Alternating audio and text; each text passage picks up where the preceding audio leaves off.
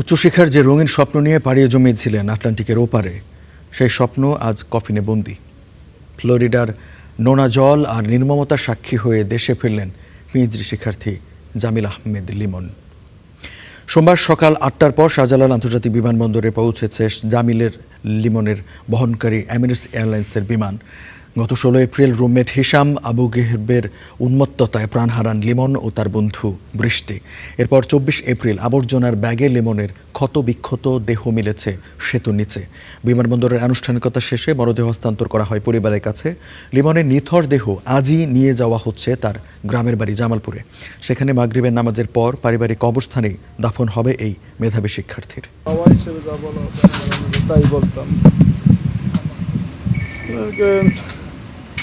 বাবা হিসেবে ছেলে আমার সবচেয়ে কষ্ট, সবচেয়ে দুঃখ। আমি আমার ছেলে দুইটাকে তিলে তিলে বড় করার চেষ্টা করছি, কোনো প্রকার কষ্ট দিই নেই, কোনো প্রকার আঘাত করি নেই, শারীরিক কোনোদিন শাস্তি দিই নেই। যা শাসন করছি আমি মুখে শাসন করছি। তো আমার ছেলেকে এইভাবে যে মরতে হবে জানি না, উপরওয়ালা জানে কি কষ্ট দিছে। এটাই আমার কাছে কষ্ট যে আমার ছেলে। দর্শক, এই মুহূর্তে বিমানবন্দরে রয়েছেন আমাদের সহকর্মী মৌমিতা। মৌমিতার কাছ থেকে আমরা জানতে চাইব যে জামিলের মরদেহ তো পরিবারের কাছে হস্তান্তর করা হয়েছে, এখন তার মরদেহ গ্রামের বাড়ি জামালপুরে যাবার কথা রয়েছে এবং বিমানবন্দরে যে আনুষ্ঠানিকতা সেগুলো সম্পূর্ণরূপে সম্পন্ন হয়েছে কিনা বিস্তারিত জানাবেন।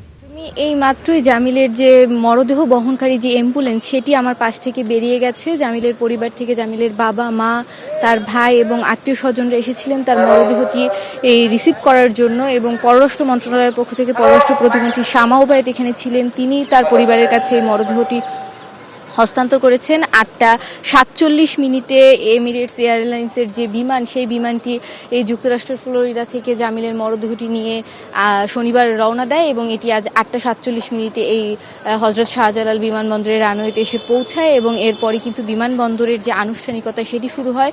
এরপরে পররাষ্ট্র প্রতিমন্ত্রী এখানে আসেন এবং বেশ অনেকক্ষণ সময় আগে থেকেই কিন্তু জামিলের পরিবারের সদস্যরা এখানে তার মরদেহ রিসিভ করার জন্য অপেক্ষা করছিলেন। আমরা জামিলের মামার সাথে কথা হয়েছে, বাবার সাথে কথা হয়েছে, তারা আমাদেরকে জানিয়েছেন যে উচ্চশিক্ষার যে স্বপ্ন নিয়ে তাদের সন্তান বিদেশে পাড়ি জমিয়েছিলেন, সেই সন্তানের নিথর দেহ আজকে তাদেরকে নিয়ে যেতে হচ্ছে। এর থেকে ভারী আর কিছুই হতে পারে না বাবার কাঁধে সন্তানের লাশ, এবং সেই লাশ কিন্তু আজকে জামিলের বাবাকে বহন করতে হচ্ছে। তিনি বারবারই বলছিলেন যে আমার সন্তানকে আমি উচ্চশিক্ষার জন্য দেশের বাইরে পাঠিয়েছিলাম। জামিল ভীষণ মেধাবী শিক্ষার্থী ছিলেন, তিনি স্কলারশিপে ইউনিভার্সিটি অফ ফ্লোরিডায় গিয়েছিলেন, কিন্তু সেখানে তার রুমমেটের যে নৃশংসতা, সেই নৃশংসতার শিকার হয়ে তাকে এবং তার যে বন্ধু বৃষ্টি, সেই বৃষ্টিকে নির্মম হত্যাকাণ্ডের শিকার হতে হয়েছে। এবং সেই হত্যাকাণ্ডের পর কিন্তু যুক্তরাষ্ট্রের যে আইনশৃঙ্খলা রক্ষাকারী বাহিনী রয়েছে তারা তার রুমমেটকে আইনের আওতায় এনেছে,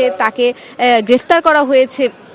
এবং এর ক্ষেত্রে সবথেকে যে ভয়ঙ্কর যে তথ্য সেটি হচ্ছে সেই জামিলের রুমমেট, তিনি বর্তমান সময়ে বহুল ব্যবহৃত যে চ্যাট জিপিটি এআই টুল, সেই এআই টুলের কাছে জামিলকে হত্যার 10 দিন আগে থেকে বিভিন্ন ধরনের প্রশ্ন করছিলেন যে কিভাবে একজন মানুষকে মারা যায়, তার লাশ ডিসপোজ কিভাবে করতে হয়, ময়লার ব্যাগে করে সেই লাশ ডিসপোজ করা হলে সেক্ষেত্রে পুলিশের আটকে রাখার বা পুলিশের কাছে ধরা পড়ার কোন ধরনের